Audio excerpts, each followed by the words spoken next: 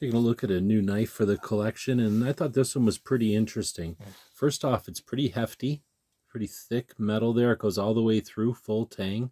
I like knives, especially like this one. It's supposed to be some sort of a survival or outdoor knife that have attachment points. Like this one has place for a lanyard here, but also these two other attachment points, which could make it into a spear for fish or something like that.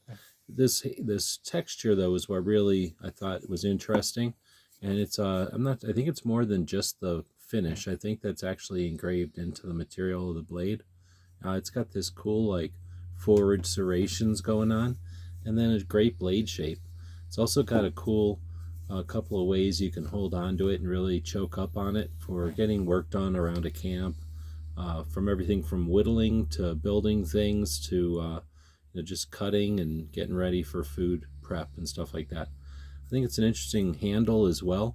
It's on either side. It's bolted on from either side, and it has a really nice texture. It's sort of a diamond pattern, and it's also got some finger grooves that are interesting and really give you a good grip. I would imagine this is going to work good even when it's wet and with gloves.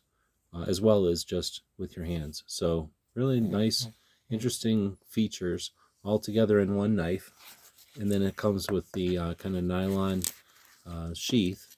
So a really interesting knife. Oops, put that in the wrong way.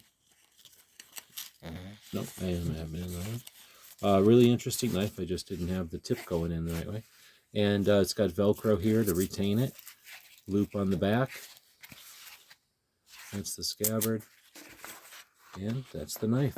Hope this helps.